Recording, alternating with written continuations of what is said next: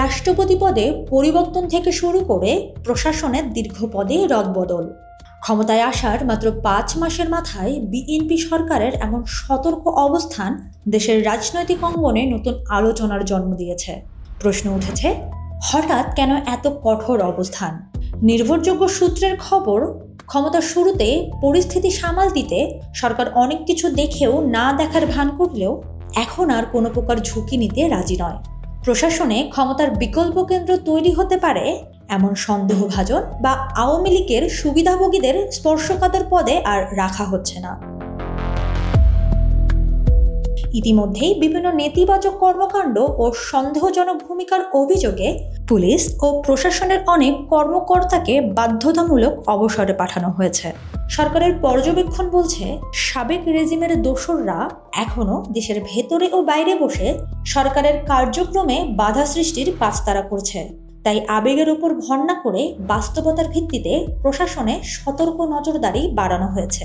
BA রাজনৈতিক বিশেষজ্ঞদের মতে, কোনো অভ্যুত্থান বা রাজনৈতিক পরিবর্তনের পর পুরনো রেজিমের অবশিষ্টাংশ স্পর্শকাতর জায়গায় থাকাটা উভয় পক্ষ ও রাষ্ট্রের জন্য বিপজ্জনক। সম্প্রতি রাষ্ট্রপতি মোহাম্মদ শাহাবুদ্দিনের পদত্যাগের ঘটনাটি সরকারের এই সতর্ক কৌশলেরই অংশ। অতীত রাজনীতিতে রাষ্ট্রপতি চয়ন নিয়ে চরম তিক্ত অভিজ্ঞতা হয়েছে বিএনপির। 2001 সালে AQM বদরুদ্দোজা চৌধুরীকে রাষ্ট্রপতি করা হলেও রাজনৈতিক মতভেদে তাকে সরে যেতে হয়। এরপর ডক্টর ইয়াজউদ্দিন আহমেদের বিচক্ষণতার অভাবে তত্ত্বাবধায়ক সরকার ও পরবর্তী রাজনৈতিক সংকটে বিএনপিকে চড়া মাশুল গুনতে হয়েছিল। অতীত অভিজ্ঞতার সেই ভুল থেকে শিক্ষা নিয়ে এবার বিএনপি সম্পূর্ণ শতভাগ নির্ভরযোগ্য ও অভিজ্ঞ কাউকে এই পদে বসাতে চায়। তবে সরকারের এই তৎপরতা শুধু ভেতরের রাজনীতিতেই সীমাবদ্ধ নয়। ভূ রাজনৈতিক পরিস্থিতি ও পার্শ্ববর্তী দেশের বিশ্লেষকদের সাম্প্রতিক গতিবিধি অত্যন্ত গুরুত্বের সাথে পর্যবেক্ষণ করছে গোয়েন্দা সংস্থাগুলো।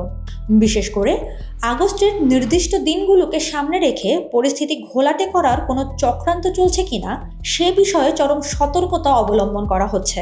মেট্রো স্টেশনের নিচ থেকে সাম্প্রতিক বোমা উদ্ধারের ঘটনা কিংবা ভারতে অবস্থানরত সাবেক প্রধানমন্ত্রীর বক্তব্যের পেছনে কোনো যোগসূত্র আছে কিনা তার সবটাই এখন সরকারের কড়া নজরদারিতে।